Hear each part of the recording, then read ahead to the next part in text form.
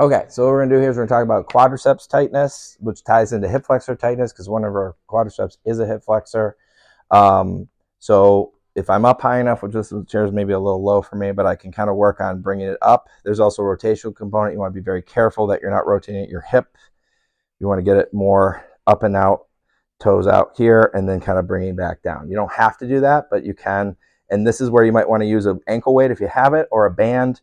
If you have a band around your foot and hold it down with your other foot, it can kind of pull it down and in for you, and you can pull up against it like that. So that can work that rotation, or even just straight up and down. We want to work those quadriceps eccentrically there. So where that is going to come into play when we're going into like a full range there is when we get the whole the hip flexors. But before I do that, I'm just going to do one quick thing on the step here. So basically, if I'm on this step here, this is where you want to rail an actual stairs. But the first step, you're going to say put your foot up here if that's your target, or I'll switch so you can see better here. You're going to think about, okay, I'm going to go up. In this case, I'm leading with my chest, so my weight's going forward in the normal kind of way. We're focusing on eccentric, so I can start off by keeping my weight forward. It's still going to be more in the glute, but I'm still going to work those quadriceps eccentrically as I come back, coming back down to get that lengthening, train them to lengthen. So if they're tight, they're going to compress and cause pain in the knee, also lock things up in the hip. So it can cause a lot of problems there. So the one difference that you can progress to here is that as you're coming back, try it, and this again with rails and some support so you don't tip back and fall. But think of like a wall set, kind of like this with your back pressed against the wall is going to bias those quads more. So if I have the railing or one or two, I can keep when I come back at least, keep my chest back a little bit more. Make sure it's not painful in your knee. Go forward with the chest when you come up, come back with the chest when you come down. Really feel that in those quads. You can really work that eccentrically. And then the last thing we're going to do here, we're going to use a band.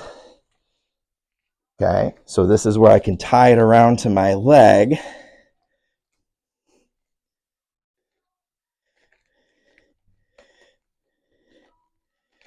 And so that band, and I can combine that with a slider too. So this is similar to other videos we've done, but try to have that kind of come back here. I can work on this first, this, and I can even kind of rotate a little bit through my hip and kind of play around with that.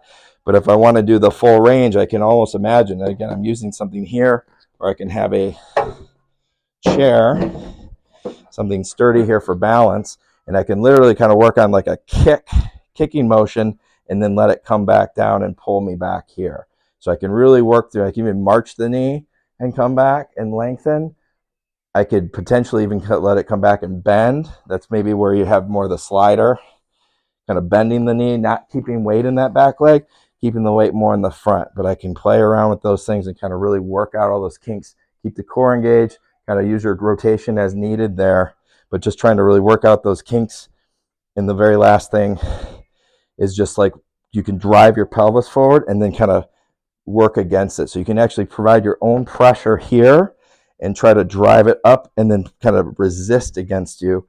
And you can work some of those anterior muscles eccentrically that way as well. Good.